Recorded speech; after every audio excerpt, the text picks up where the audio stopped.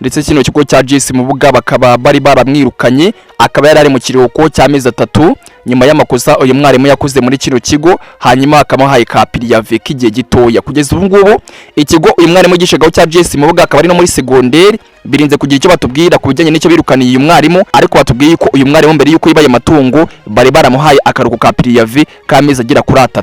Kino kigo ngo kikimara guha uyu mwarimu ibihano, uyu mwarimu ngo araje agera mu rugo abora akazi, abora imikorere, ubuzima butangira kumugora. Nyuma yo kumugora rero ngo nibwo yambye business, maze arakugendera afata abasuri bagira ku 8 n'10, arabaganiza ababwira yuko bagiye kujya bagenda bakiba amatungo, bamara kuya amatungo maze bakazana we akabaha make, yamara kubaha make ubundi bakagira gute akirwariza. Bana basore bakomoka mu murenge wa Gakenke mu kagari kabo hata mudugudu wa Karambi ngo batangiye kujya bikura muri mudugudu wa Karambi. Umuturage wakageza karagira ihene, yamara kwiragira bakahita baza bakayanura, bakahita bagenda bakagira gute bagahita bayigurisha n'uwo mwarimu. Biza kubaho rero iminsi y'umujura akaba ari 40 ngo nibwo yaje gushwana n'umwe mu basore bakoranaga, hanyuma umwe mu basore bakoranaga agira gute atangira kumuteza abantu. Uyu musore bakoranaga yaragiye arya urwara umuturage, amabwira yuko amatungo yabo yose yibwe n'uriya mwarimu ndetse ari hari hagati, ariko uyu mwarimu ubwo amushyiraga aya matungo yagurishaga gute, yagurishaga nabandi.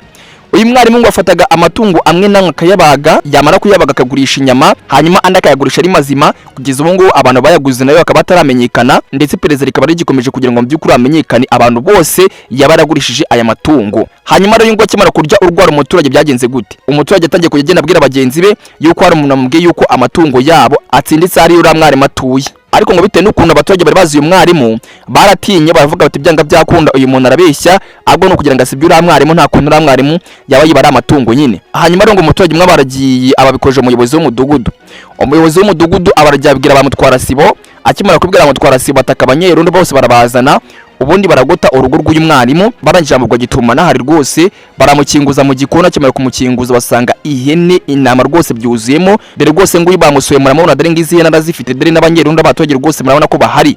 Uyu mwarimu rero ngo akimara kumufata na zino hene nta kindi kintu arengejeho, yahise yemera icyaha, avuga yuko mu by'ukuri aya matungo yayibye, ndetse asobanura n'uburyo amatungo yabonagamo. Nabwo kandi asobanura yuko mbere yo kugira ngo atangire kwiba aya matungo nta kazi yagiraga, nta mirimo, nta mikorere, naki ahari byatumye agira gute yishora muri ubujura. Kibazo bateye bazangana iki ngiki, umuntu w'umwarimu ufite ubwenge, ufite mento, umuntu w'umwarimu utekereza neza ajya kwiba amatungo koko kugera ku rwego ajya kwiba ihene, akiba intama akazisha mu gikoni hejuru, ukavuga ngo ubuzima bwaramunaniye. Ni ikintu numva gikomeye cyane, ikintu utabasha kwiyumvisha. Umuvugizi wa polisi mu ntara y'Amajyaruguru SIP Ignes Ngirabakunzi yabwiye ibinyamakuru bitandukanye yuko iperereza rigikomeje kugira ngo amenyekane abantu uyu mwarimu yashyiraga izi hene, ndetse n'abantu bose bazimuzaniraga, hanyuma mu by'ukuri amatungo y'abandi bayasubize, namara kuyasubiza ubundi inzego zibishinzwe zire gute zibakurikirane.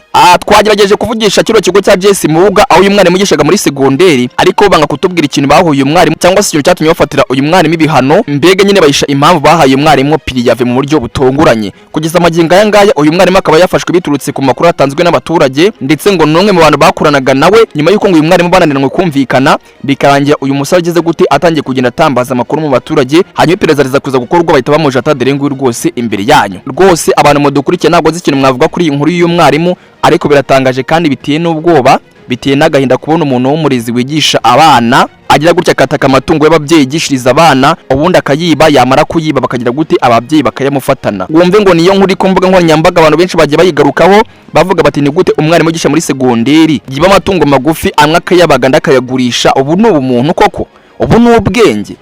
Abandi bakavuga bati murebe rwose umuntu twagafatiye urugero, murebe rwose umwarimu ugira gutya akajya imbere y'abanyeshuri agafata icaki rwose akigisha, bamwe akabaha amanota abandi akabaha 0, akirirwa ari imbere y'abantu nyine ngo arimo arigisha, arimo gutanga amasomo. Kumbe nyuma yo kwigisha zituriye neza abaturage ubundi akagira gute akazigurisha, izindi akagira gute akabaga, urumva akarya. Niko mbega nibwo muzima nyine uyu mwarimu yarabayemo. Ngaye nguko rero urumva yuko kugeza amagingo aya ngaya umwarimu agikomeje kumukora iperereza, ndetse ngo n'abantu bose yagurishaga aya matungo barimo kubahiga bukware, ndetse ngo haba abantu yagurishije amatungo n'abo rwose bahaye inyama bose barimo guhigwa bukware. Urumva uyu mwarimu nyuma yuko bavuze yuko amatungo arwaye yagize gutya akajya afata amatungo akayabaga, amara kuyabaga rwose akajya agurisha inyama bwihishwa abantu batabizi. Ngaye nguko rero inkuru kabiri mu karere ka Gakenke mu murenge wa Gakenke. Babwira ngo subscribe n'imbaraga bigize kuri iyi sheni, genda cyari Obi na ngiyi ni isoko y'amakuru warukurikiye. Obi Time News.